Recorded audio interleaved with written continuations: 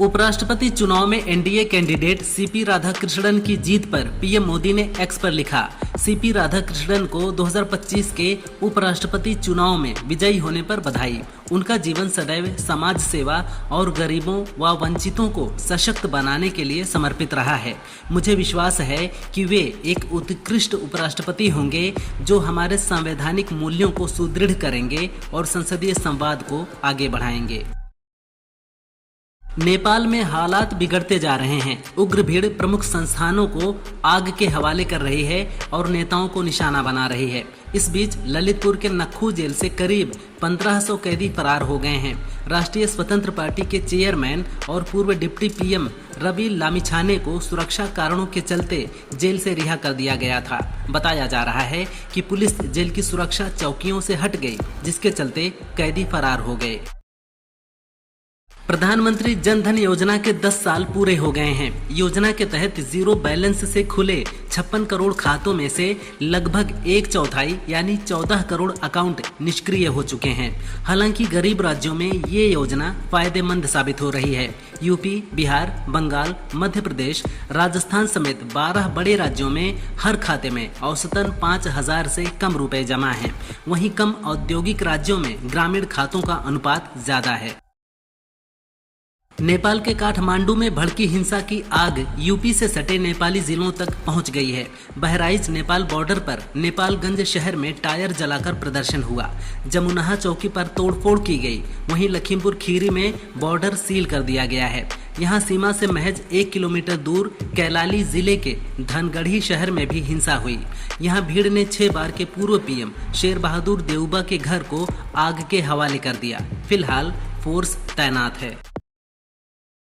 3 दिन में दुनिया के 3 देशों के प्रधानमंत्रियों ने इस्तीफा दिया है या उन्हें पद से हटाया गया है। 7 सितंबर को जापान के प्रधानमंत्री शिगेरू इशिबा ने ऊपरी संसद में चुनाव हारने और पार्टी में विरोध के चलते इस्तीफा दिया था।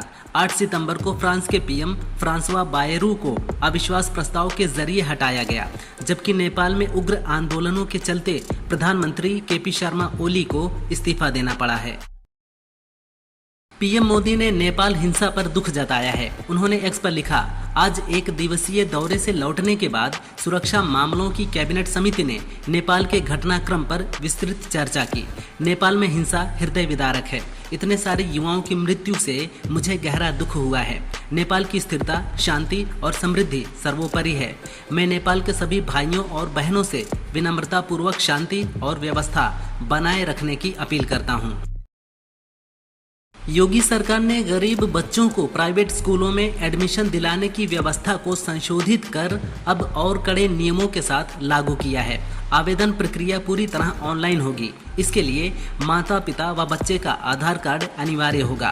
पूर्व प्राथमिक कक्षाओं में प्रवेश की आयु सीमा 3 से 6 वर्ष और कक्षा 1 के लिए 6 से 7 वर्ष तय कर दी गई है। जिन परिवारों की वार्षिक आय 1 लाख रुपए तक है, उनके बच्चे भी इसमें शामिल होंगे। बिजनौर में एक केस की पैरवी कर रहे शख्स पर जानलेवा हमले के मामले में बिजनौर के नगीना से सपा विधायक मनोज पारस ने एमपी एमएलए कोर्ट में सरेंडर किया। कोर्ट ने जमानत याचिका को रद्द करते हुए विधायक को जेल भेज दिया है। ये मामला 2020 का है, जिसमें मनोज और अन्य पर मारपीट करने का आरोप है। बता दें कि मनोज पारस के खिलाफ कोर्ट ने गैर जमानती वारंट जारी किया था, जिसके बाद उन्होंने सरेंडर किया है। जेन जेड वह जनरेशन है जो साल 1997 से 2012 के बीच पैदा हुई है, यानी मिलेनियल्स 1981 से 1996 के ठीक बाद वाली जनरेशन। धीरे धीरे मिलेनियल्स के हाथ से ताकत जेन जेड की ओर शिफ्ट हो रही है। इस जनरेशन के लोग आज 26-27 साल से कम उम्र के हैं। नेपाल के आंदोलन में प्रोटेस्ट करने वालों ने लगातार कहा कि हमारे साथ 26 साल से बड़ी उम्र का कोई भी ना आए। यही वजह है कि इसे युवाओं की बजाय जेन जेड प्रोटेस्ट कहा जा रहा है। पीएम मोदी ने हिमाचल प्रदेश और पंजाब में बाढ़ प्रभावित इलाकों का हवाई दौरा किया। इसके बाद हिमाचल प्रदेश के लिए 1500 करोड़ और पंजाब के लिए 1600 करोड़ रुपए के राहत पैकेज का ऐलान किया है।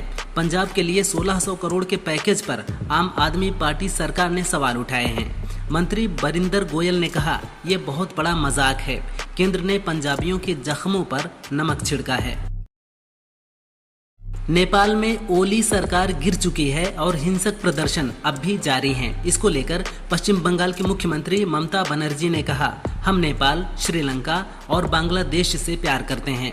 हम सभी सीमावर्ती देशों से प्यार करते हैं। मैं सिलीगुड़ी, कलिम्पोंग और नेपाल सीमा से लगे इलाकों के निवासियों से भी शांति बनाए रखने और तनाव पैदा करने वाली गतिविधियों से बचने का आग्रह करती हूँ।